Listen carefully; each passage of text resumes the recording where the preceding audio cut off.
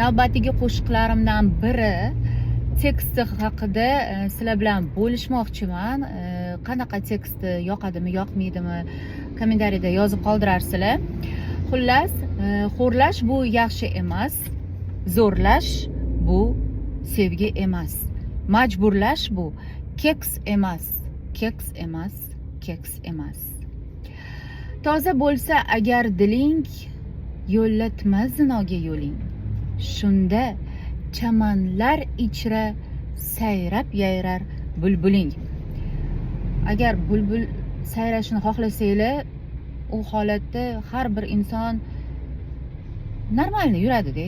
Ana keks degan joyini boshqa so'zga o'zgartiraymi nima deb o'ylaysizlar? O'zini holatidagi so'z bo'lsinmi? Keks emas o'rniga boshqa bo'lsa, menimcha chiroyliroq qo'shiq chiqadimi?